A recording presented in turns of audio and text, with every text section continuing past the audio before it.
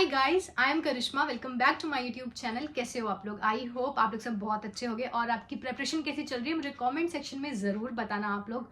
आज इस वीडियो में हम ऐसे एग्जाम के बारे में बात करें, पहले तो जिसकी नोटिफिकेशंस ही आएंगी या नहीं आएंगी इसी बात पर विश्वास नहीं था, लेकिन अब फाइनली कम से कम ये तो कंफर्म है कि नोटिफिकेशंस आएंगी।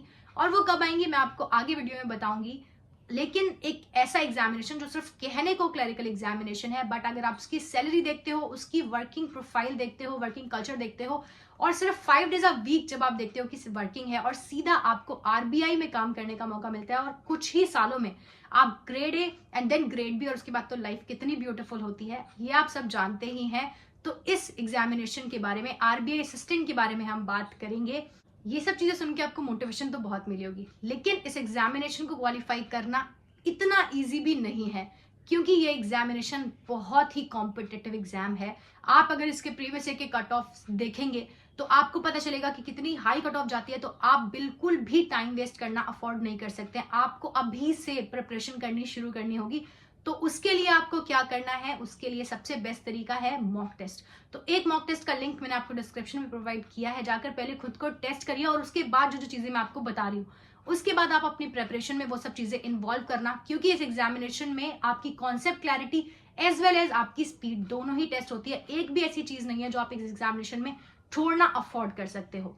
तो इस एग्जाम के लिए हम बात करेंगे क्या एलिजिबिलिटी होती है, अगर आप पहली बार अटेम्प्ट कर रहे हो तो आपके लिए पैटर्न एंड सिलेबस क्या होगा, किस तरह से एग्जाम कंडक्ट होता है। लास्टली बात करेंगे कि प्रीवियस ईयर के कट ऑफ्स के पैटर्न्स क्या रहे हैं। तो चलिए बिना किसी देरी के वीडियो शुरू करते हैं। सबसे पहले तो नोटिफिकेशन अपडेट की अगर बात करें तो सुनने में आ रहा है कि ये जो एग्जाम का नोटिफिकेशन है वो या तो दिसंबर की लास्ट वीक या जनवरी के अंदर फर्स्ट वीक में डेफिनेटली आ जाएगा। तो आपके पास अब बहुत कम टाइम बचा है, इसलिए बिना टाइम वेस्ट किए आप मानो कि ऑलमोस्ट आपके पास 2 महीने हैं, तो 60 डेज में आप कैसे इस एग्जाम को क्वालिफाई कर सकते हो आपको ये पता चलेगा। उसके बाद पैटर्न क्या है, एग्जामिनेशन का पैटर्न ये है कि आपका एग्जाम 2 फेजेस के अंदर होता है। एक आपका प्रीलिम्स होता है, दूसरा आपका मेंस होता है। प्रीलिम्स में वही जैसे बैंकिंग एग्जाम्स में होते हैं, आपके 3 सब्जेक्ट्स आएंगे, रीजनिंग, इंग्लिश एंड क्वांट। और दूसरी मेंस में वही आपका रीजनिंग, इंग्लिश एंड क्वांट तो होगा ही, साथ में आपका जनरल अवेयरनेस और आपका जो कंप्यूटर अवेयरनेस है वो ऐड हो जाता है। और जब आप ये दोनों सेक्शंस पार कर लेते हैं, प्रीलिम्स एंड मेंस, तो लास्ट में आपका होता है एलपीटी, लैंग्वेज प्रोफिशिएंसी टेस्ट। इसीलिए आप जहां से भी एग्जाम्स के लिए अप्लाई करेंगे बहुत इंपॉर्टेंट है कि आपको उस एरिया की लैंग्वेज आनी चाहिए। और बैंकिंग एग्जामिनेशंस की ब्यूटी तो आप जानते ही हो कि आप एक तरह का सिलेबस है वही प्रिपेयर करते हो और मल्टीपल एग्जाम्स एक ही साल में आप देते हो। कहाँ कैसे कौन सी जॉब में ऐसी अपॉर्चुनिटीज आपको मिलती हैं जहां पर सिलेबस बिल्कुल सेम है और उसके बाद आपको इतने टाइम, मतलब एक के बाद एक, अभी आपका एसबीआई है, उसके बाद आपका आरबीआई असिस्टेंट आ जाएगा, तो आपके पास क्यू में इतने सारे एग्जामिनेशंस होते हैं देने के लिए। तो ये बैंकिंग एग्जामिनेशंस की बहुत बड़ी ब्यूटी है। प्रीवियस ईयर कट ऑफ्स की बात करें तो इस एग्जाम की कट ऑफ जो है वो बहुत हाई जाती है। आप ये समझ लो कि 90 से ऊपर तो इसकी कट ऑफ जाती ही जाती है, और बहुत सारे स्टेट्स में तो ये कट ऑफ कभी कभी 92 तक भी पहुंचती है। ठीक है, इसीलिए बड़ा इंपॉर्टेंट है कि आप कोई भी कॉन्सेप्ट नहीं छोड़ेंगे, आप सारी चीजें करेंगे। वो कैसे होगा, सबसे पहली बात तो ये कि आपको अपनी स्पीड बहुत ज्यादा बढ़ानी है, आपको अपनी कॉन्सेप्ट्स की क्लैरिटी बहुत ज्यादा करनी है। और आपकी स्पीड ये सब कैसे बढ़ती है, आपको मॉक टेस्ट देने हैं। पहले आप अपनी कॉन्सेप्ट क्लैरिटी करिए, जैसे मैंने आपको बताया है हर एक सेक्शन की वीडियो आपको मेरे यूट्यूब चैनल पर मिल जाएगी। सबसे पहले आप रीजनिंग के सारे टॉपिक्स करके, मैथ्स के सारे टॉपिक्स करके, इंग्लिश की सारी ग्रामर और सारे टॉपिक्स कंप्लीट करके, उसके बाद आपको सिर्फ क्या करना है, आपको प्रैक्टिस करनी है। नंबर ऑफ क्वेश्चंस आपको जो सेक्शनल टेस्ट में मिलते हैं, जो मॉक टेस्ट में मिलते हैं और जो आपको गूगल पे सर्च करके मिल जाते हैं, वो सारे आपको करने हैं। पीडीएफ से क्वेश्चंस करने हैं।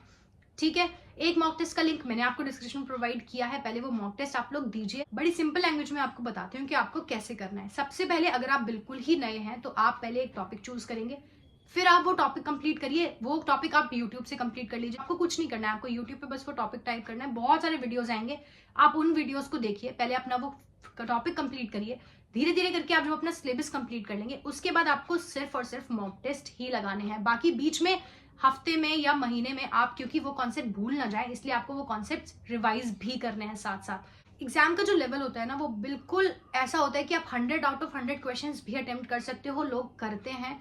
ठीक है, 95 96 आराम से लोगों के अटेम्प्ट्स जाते हैं। तो ऐसा लेवल आता है क्योंकि क्लरिकल एग्जामिनेशन है, ऑब्वियसली क्लरिकल लेवल आता है, बट आपको नंबर ऑफ क्वेश्चंस अटेम्प्ट ज्यादा करने होते हैं। 95 से कम तो आप अटेम्प्ट करने का सोच ही नहीं सकते। तो इसीलिए आपको अभी से तैयारी शुरू करनी है और ज्यादा से ज्यादा मॉक टेस्ट देने हैं।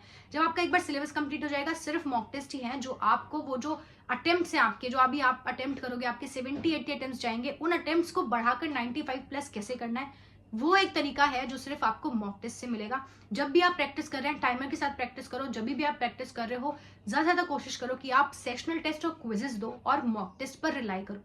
ये 3 तरीके हैं आपके जो आपको इस एग्जामिनेशन को पहली बार में क्वालिफाई करने में हेल्प करेंगे। ठीक है, बाकी अगर कोई भी आपको परेशानी आती है, डाउट आती है, तो आप कमेंट सेक्शन में मुझसे पूछ सकते हो। अलग अलग पूरी स्ट्रैटेजी वीडियोस मैंने चैनल पर ऑलरेडी डाली हुई हैं। फिर भी अगर आपको डाउट्स आएंगे तो मैं दोबारा से एक रिवाइज स्ट्रैटेजी आप लोगों के साथ शेयर करूंगी। अगर आपको कोई सेक्शंस में डाउट्स आते हैं, जैसे कि आपको सिलॉजिज्म में कोई डाउट आ रहे हैं या मैथ्स के किसी कॉन्सेप्ट में डाउट्स आ रहे हैं, तो वो आप मुझसे पूछ सकते हो। उनके लिए मैं अलग से छोटी छोटी डिटेल्स वीडियो बना दूंगी। आप लोग बताना अगर आप इंटरेस्टेड हो, तो मैं आपको वो सारी डिटेल वीडियोस, जैसे कि सिलॉजिज्म का ओनली अ फ्यू वाले क्वेश्चंस होते हैं जो हमें टाइम ज्यादा लगता है, या फिर कोडिंग डिकोडिंग में हमें ज्यादा टाइम लगता है, या इनइक्वालिटी में अगर आपको ज्यादा टाइम लग रहा है, इस तरह के जो कॉन्सेप्ट्स हैं, एरर डिटेक्शन में आपको ज्यादा टाइम लगता है, तो उन सब में कैसे आपको टाइम रिड्यूस करना है।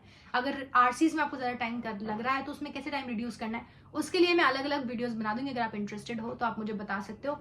अभी आप अपनी मेहनत करते हो और अभी आपका एसबीआई पीओ लाइंड अप है, तो उसके लिए भी नेक्स्ट वीडियो में अपलोड करने वाली हूं। तो आप लोग बस तैयारी करो और इस एग्जामिनेशन को भूलना बिल्कुल नहीं है।